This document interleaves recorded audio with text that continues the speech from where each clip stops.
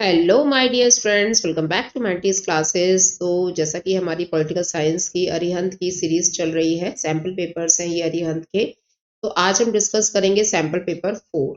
ठीक है, तो ये इसके जनरल इंस्ट्रक्शंस हैं और आपका 3 घंटे का पेपर रहेगा, 80 मार्क्स का रहेगा। देन आफ्टर हम स्टार्ट करते हैं इसका एमसीक्यू सेक्शन, सेक्शन ए।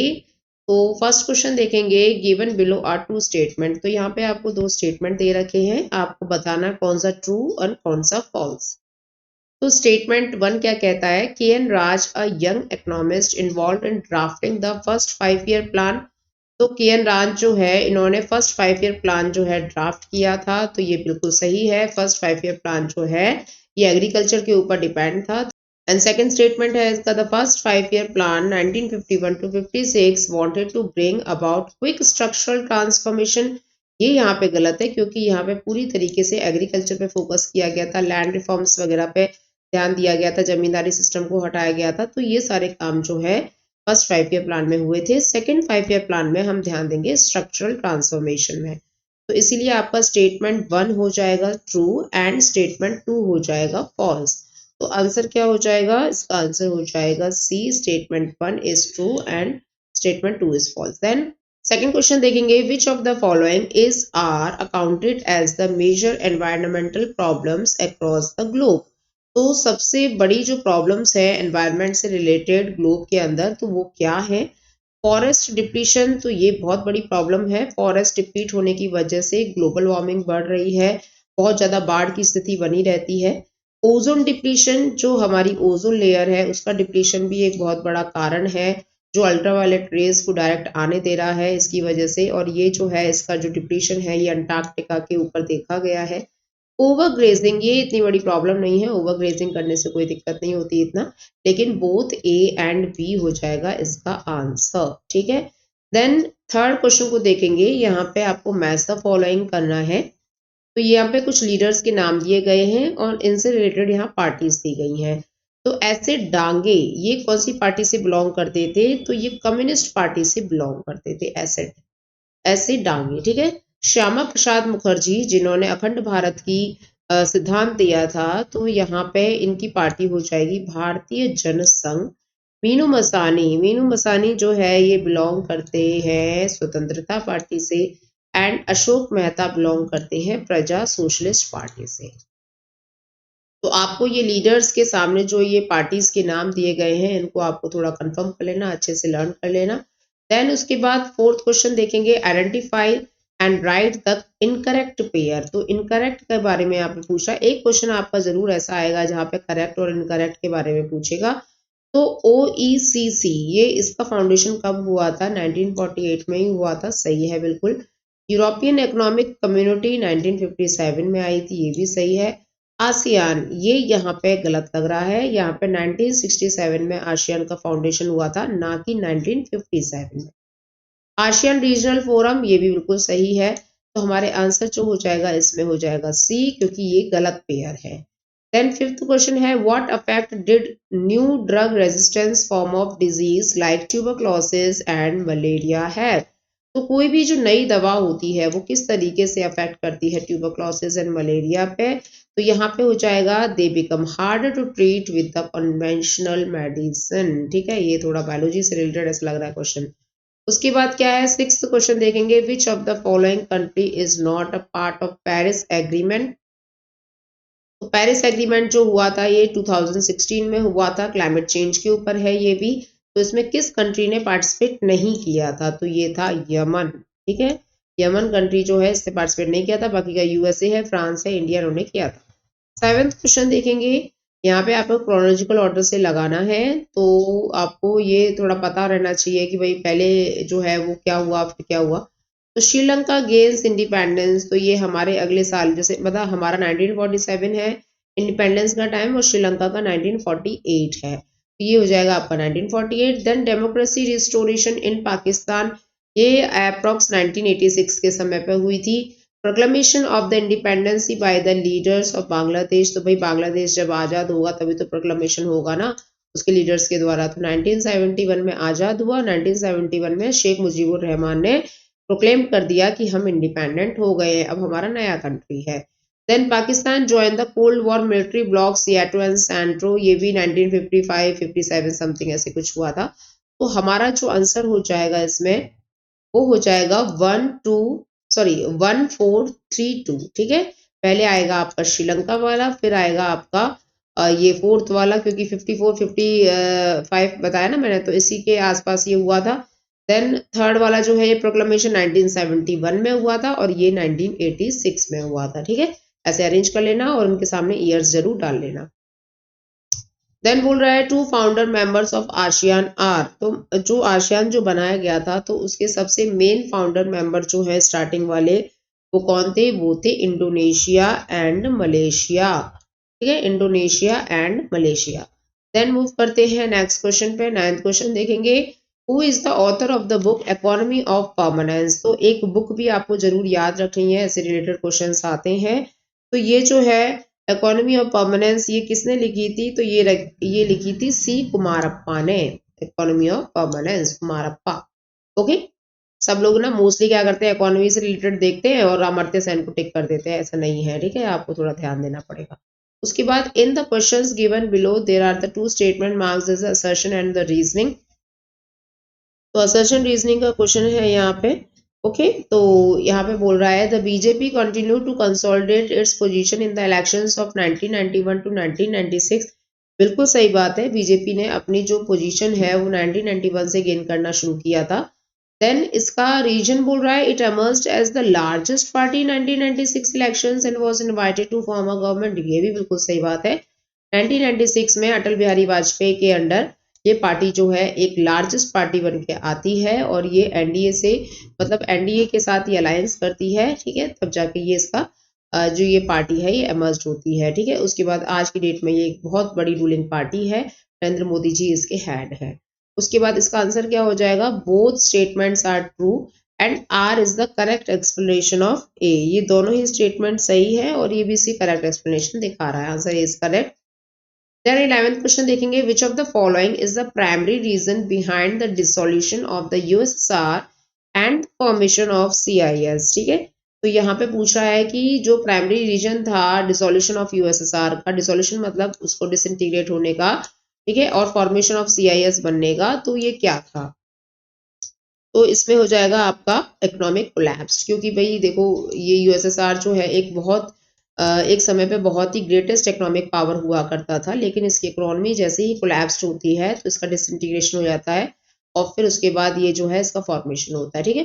देन 12th क्वेश्चन देखेंगे, which of the following organ of United Nation has been suspended since 1994। तो कौन सी ऐसी ऑर्गेनाइजेशन है जो सस्पेंड हो चुकी है 1994 से, तो ये है ट्रस्टीशिप काउंसिल, ठीक है। ट्रस्टीशिप काउंसिल जो है ये आज की डेट में इसका काम जो है सिक्योरिटी काउंसिल ही कर दे रहा है, जनरल असेंबली में भी हो जा रहा है, तो इसलिए इसकी रिक्वायरमेंट नहीं लग रही है, इसलिए इसको हटा दिया गया। देन मूव करते हैं सेक्शन बी में। तो ये आपके 2 मार्क्स क्वेश्चन रहेंगे और आपको ये अटेम्प्ट करने हैं, बहुत छोटे छोटे आंसर्स हैं लेकिन आपको कम से कम 5-6 लाइन में इनको लिखना पड़ेगा। तो पहला बोल रहा है describe any 2 principles of democracy that reflected in the resolution of Ayodhya issue. यहाँ पे आप डाल सकते हो कि भाई रूल ऑफ लॉ क्या रहा था, सेक्युलरिज्म का मुद्दा था, क्योंकि रिलीजियस चीजें यहाँ पे हर्ट हो रही थी, है ना, अयोध्या वाला जो इशू था। देन 14 क्वेश्चन देखेंगे, how did the dominance of Congress party in the first 3 general elections help in establishing a democratic setup in India. तो देखो ये तो सभी को पता है कि कांग्रेस पार्टी जो है फर्स्ट 3 जनरल इलेक्शंस में लगातार जीतती आ रही थी, ठीक है, लेकिन बाद में क्या है इसको भी कोलिशन करना पड़ता है। देन 15th क्वेश्चन देखेंगे, why are the coalition government formed, explain. तो कोलिशन गवर्नमेंट जो है ये क्यों बनाई जाती है, क्योंकि जब सिंगल पार्टी स्टैंड नहीं हो पाती या उसको क्लियर मेजोरिटी नहीं मिल पाती या वो वोट अच्छे से गेन नहीं कर पाती है, ठीक है, तो इसलिए उसको कोलिशन करना पड़ता है जीतने के लिए। और इसमें दिक्कत ये आती है कि ये सारे लोग जो है जब ये काम तो करते हैं लेकिन वही अलग अलग पार्टी के लोग जब मर्ज होके सबके अलग अलग आइडियाज होंगे तो यहाँ पे थोड़ी सी प्रॉब्लम्स भी फेस होती हैं, ठीक है। उसके बाद क्या है next, why did the India not join either of the 2 camps during the cold war. तो इंडिया ने कोल्ड वॉर के समय पे ना अमेरिका को ज्वाइन किया था और ना यूएसएसआर को ज्वाइन किया था, तो इसका कारण क्या था। तो इसका कारण ये डाल सकते हो स्टूडेंट आप लोग कि भाई देखो इंडिया जो है सेपरेट इसलिए रहना चाहता था क्योंकि इनमें इन्होंने क्या अपने ग्रुप्स बना रखे थे, मिलिट्री ब्लॉक्स बना रखे थे, और अगर हम इनका साथ देते तो हम इतने इकोनॉमिक स्ट्रांग भी नहीं थे, है ना, हमारे लोग भी मारे जाते, हमारे हथियार भी हमारे पास इतने ज्यादा नहीं थे, वो भी सब चले जाते, हम अपनी सॉवरेनिटी भी मतलब क्लेम नहीं कर पाते, है ना, तो हमको क्या किसी के अंडर में काम करना पड़ता। ऐसे करके आपको थोड़ा पढ़ना पड़ेगा और इसके बारे में डालना पड़ेगा। देन 17th क्वेश्चन देखेंगे, state any two directive principles of the state policy relating to the foreign affairs policy. ठीक है, तो यहाँ पे आपको पूछा डायरेक्टिव प्रिंसिपल्स बताने कौन से दो हैं जो फॉरेन अफेयर पॉलिसी को दर्शाते हैं। तो ये है आर्टिकल 51A, ठीक है, जो आपका फॉरेन अफेयर्स को दिखाता है, और आर्टिकल 51B, यानी 51 वाला आर्टिकल जो है फॉरेन अफेयर्स से रिलेटेड है। उसके बाद what were the outcomes of naxalite movement.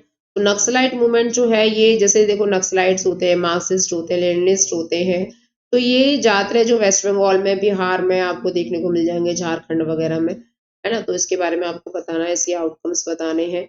Okay, इनको ऐसा फील होता है कि भैया हमारे साथ इकोनॉमिक इनजस्टिस हो रहा है, इकोनॉमिक इनइक्वालिटी हो रही है, इसलिए ये अपनी बात मनवाने के लिए दंगे फसाद करते हैं देश के अंदर। ठीक है, उसके बाद नेक्स्ट है सेक्शन सी।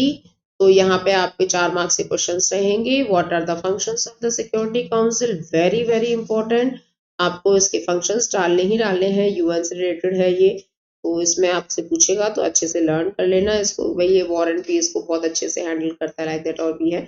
देन नेक्स्ट है 20th question, why do some economic describe economic globalisation as a recolonisation of the world. तो यहाँ पे जो ग्लोबलाइजेशन है ये किस तरीके से रिकॉलोनाइजेशन कर रहा है। देखो इसमें क्या है ना, ग्लोबलाइजेशन जो है फेवर्ड करता है यूएसए कंट्रीज को, मतलब पर्टिकुलरली, और ये कुछ ऐसे कंट्रीज है जैसे यूएसए हुआ, रशिया हुआ, ना जापान हुआ, ये अपना दबदबा बना के रखते हैं ट्रेड पर और अपना आईएमएफ वगैरह पर, है ना, तो इस वजह से ये सब आपको डालना पड़ेगा, थोड़ा पढ़ना पड़ेगा। आज की डेट में तो भैया चाइना जो है सर्वश्रेष्ठ इकोनॉमिक पावर बन के आ रही है।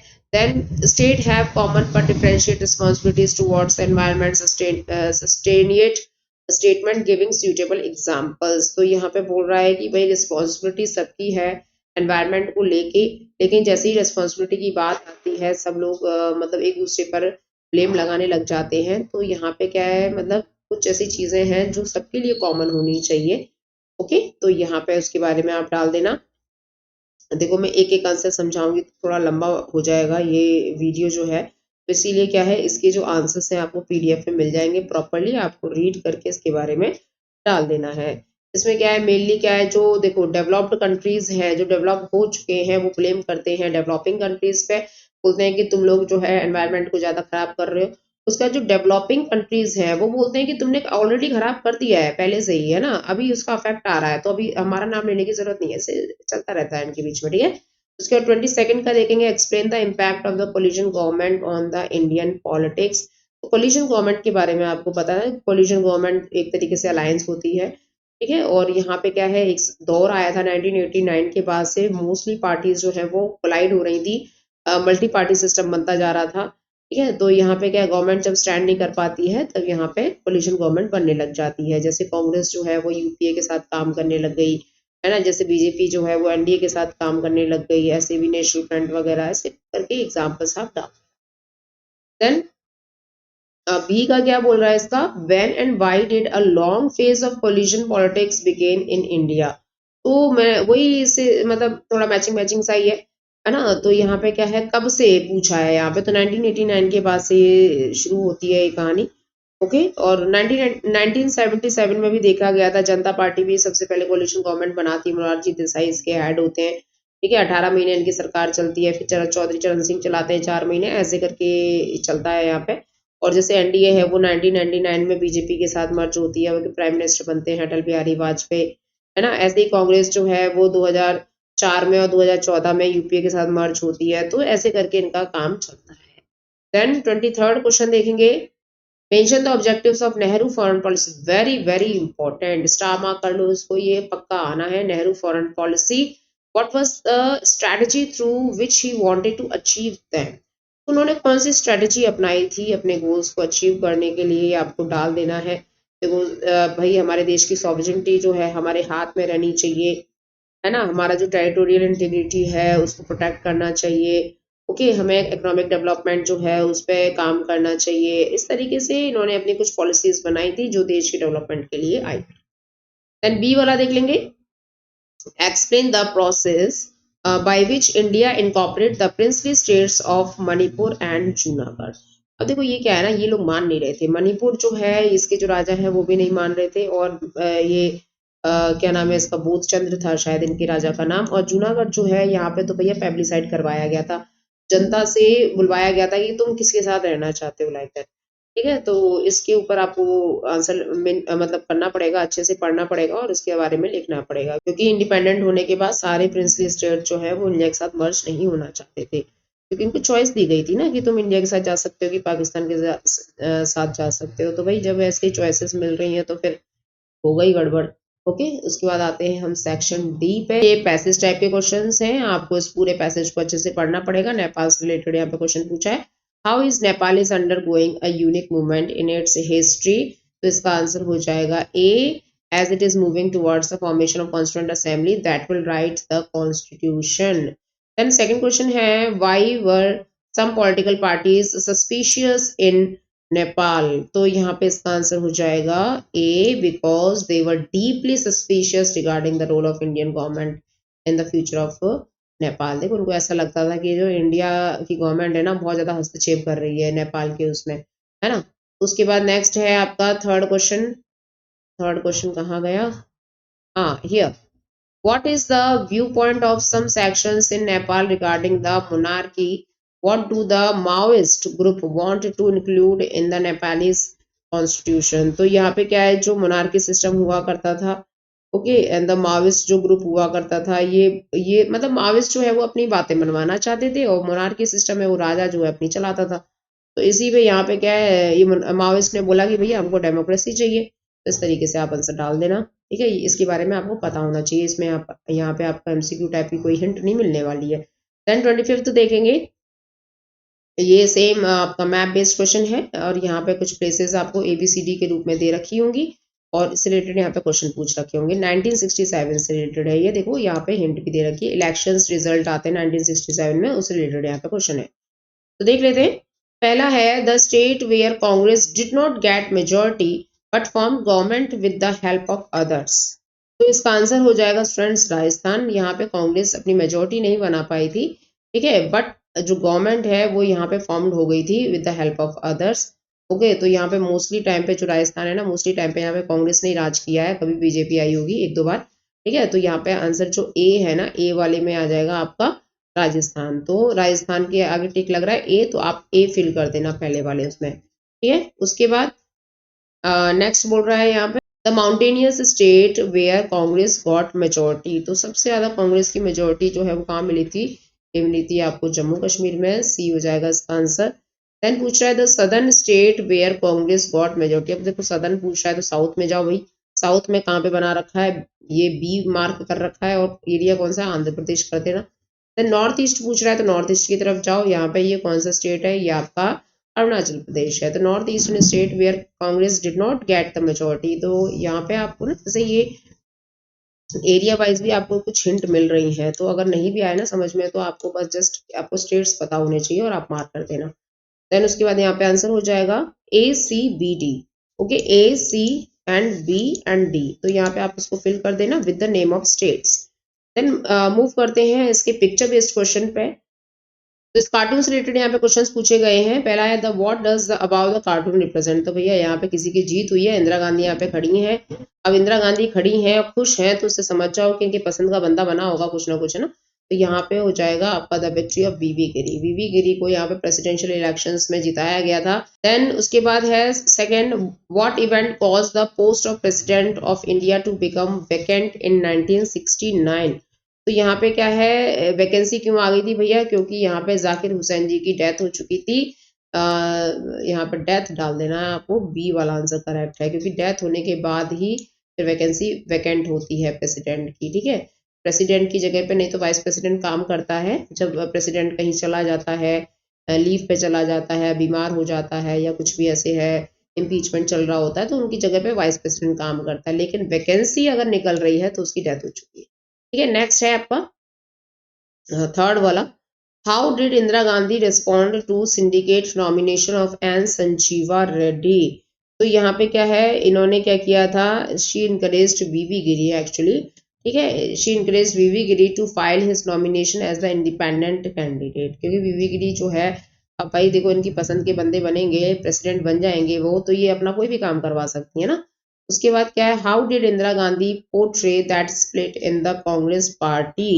तो यहाँ पे जो है एक्चुअली इंदिरा गांधी जो है, इनकी आइडियोलॉजी बहुत डिफरेंट थी कांग्रेस पार्टी के अंदर ही, तो इसीलिए यहाँ पे क्या है, आइडियोलॉजिकल डिवाइड हो जाता है, an ideological divide between the socialist and the conservatives, ठीक है, ये अपने आप को सोशलिस्ट मानती थी, कंजर्वेटिव्स आपकी लेफ्ट पार्टी को बोल सकते हैं। देन सेक्शन ई पे मूव करेंगे स्टूडेंट, ये भी आप पे आपके क्वेश्चंस हैं, 6 मार्क्स के क्वेश्चन रहेंगे आपको, तो आपको भाई आंसर राइटिंग प्रैक्टिस तो करनी ही पड़ेगी, आंसर राइटिंग के बिना नहीं काम चल पाएगा, ठीक है। तो यहाँ पे बोल रहा है, define the process of nation building, discuss Nehru's approach towards the nation building. तो नेशन बिल्डिंग को करने के लिए नेहरू जी के क्या अप्रोचेस थे, तो वही नेशन बिल्डिंग के लिए सबसे मेन चीज़ है अपनी सॉवरेनिटी होनी चाहिए, जितने भी प्रिंसली स्टेट्स नहीं मान रहे हैं उनको मनाओ और अपने अंडर में मिलाओ, है ना, और यूनिटी इन डाइवर्सिटी होनी चाहिए, वही यूनिटी होनी चाहिए बहुत सारी डाइवर्स चीज़ों के साथ, तो ऐसे करके इनकी कुछ आइडियोलॉजी थी, ये डाल देना। आंसर जो है इसका पीडीएफ में दिया हुआ है, पढ़ के अच्छे से लिखना है आपको।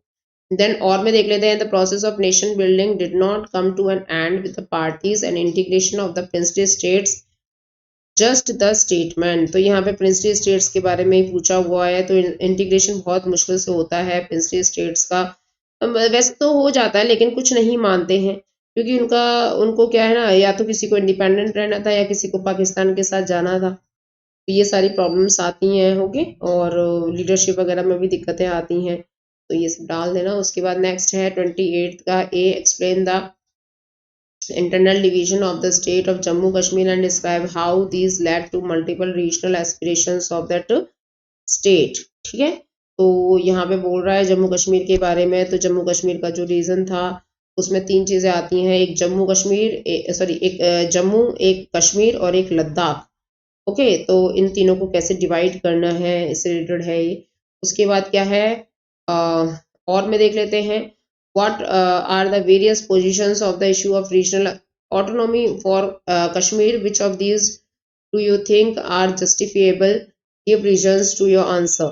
तो यहाँ पे 370 आर्टिकल आज की डेट में रेडिकेट हो चुका है, हट चुका है पूरी तरीके से, और आज की डेट में जम्मू कश्मीर और लद्दाख जो है आपके यूटीज बन चुके हैं, ओके, तो ये डाल देना, ये बहुत रिसेंटली क्वेश्चन है, इंपॉर्टेंट है, आता ही है। 29th का क्वेश्चन है, give example of show that most of the former Soviet republic were prone to conflict and tensions. तो इसके आंसर्स आपको जरूर देख के पढ़ने हैं एंड आंसर राइटिंग करनी है। What was the Soviet system, assess any 4 features of the Soviet system, तो ये भी आपको डालने हैं इसके सिस्टम के बारे में। रशियन रेवोल्यूशन से स्टार्ट कर देना। सोवियत सिस्टम एक समय पे बहुत तगड़ी पावर हुआ करता था, बहुत अच्छी इकोनॉमिक पावर हुआ करता था, लेकिन धीरे धीरे किस तरीके से कम्युनिज्म पे हावी हो जाती है, कैपिटलिस्ट आइडियोलॉजी, लिबरल आइडियोलॉजी, और कैसे उसका मतलब डिसइंटीग्रेशन हो जाता है, तो ये सारी चीज़ें आपको इसमें डाल देना। What do you mean by the global poverty, global poverty क्या होती है भैया, पूरे वर्ल्ड की पॉवर्टी को ग्लोबल पॉवर्टी बोल सकते हैं हम, ओके, तो यानी पूरे वर्ल्ड जिसमें अगर इन्वॉल्व है, तो अगर जैसे सपोज करो किसी भी कंट्री में अगर जो हाई पर कैपिटा इनकम होता है, लो पॉपुलेशन होती है, वो रिच होते हैं, और जिसमें आपका हाई पॉपुलेशन होती है और लो पर कैपिटा इनकम होता है, वो गरीब हो जाते हैं ना। इस तरीके से आपको मेंशन करना है ग्लोबल पॉवर्टी कैसे बन जाते हैं कंट्रीज। क्वालिटी ऑफ एजुकेशन नहीं मिल पाती अच्छे से, इकोनॉमिक एंड सोशल सिक्योरिटी भी नहीं मिल पाती है, इस तरीके से। Then distinguish between the internal and external notion of the traditional security। तो यहाँ पे internal and external आप है ना डिफ्रेंशिएट करना है, इसको अलग अलग वे में इसको लिखना है, ठीक है। तो यहाँ पे होता है स्टूडेंट आपकी ये वीडियो कंप्लीट, और अगर वीडियो अगर आपको पसंद आए तो भाई एक लाइक करने में कुछ नहीं जाता है, और चैनल को सब्सक्राइब कर देना। आपको डेली ही अरिहंत के सैम्पल पेपर जो है फटाफट कंप्लीट करवा दिए जाएंगे स्टूडेंट। देखो ये तो सिर्फ आपको एक प्रैक्टिस के लिए है ना। अगर आप अरिहंत के सैम्पल पेपर भी सॉल्व कर लेते हो तो आपको एक कॉन्फिडेंस आ जाएगा कि हाँ हम आंसर राइटिंग कर सकते हैं, ठीक है। पढ़ना आपको बुक्स के थ्रू ही है, आपको एनसीईआरटी पूरा अच्छे से कवर करनी है, ये प्रैक्टिस सेट है। तो जिन बच्चों के पास भी उसकी बुक नहीं है वो इस वीडियो से लाभ उठा सकते हैं। ठीक है, और चैनल को लाइक कर दो, शेयर कर दो, सब्सक्राइब कर दो, अपने फ्रेंड्स के साथ शेयर कर लो जिसको भी वीडियो की रिक्वायरमेंट पड़े। ओके स्टूडेंट्स, तो मिलेंगे नेक्स्ट सैम्पल पेपर के साथ। फटाफट आपके 15 जो सैम्पल पेपर है वो करवा दूंगी मैं, ठीक है, तो आपको इससे एक आइडिया मिल जाएगा। चलो मिलेंगे नेक्स्ट वीडियो में, बाय बाय।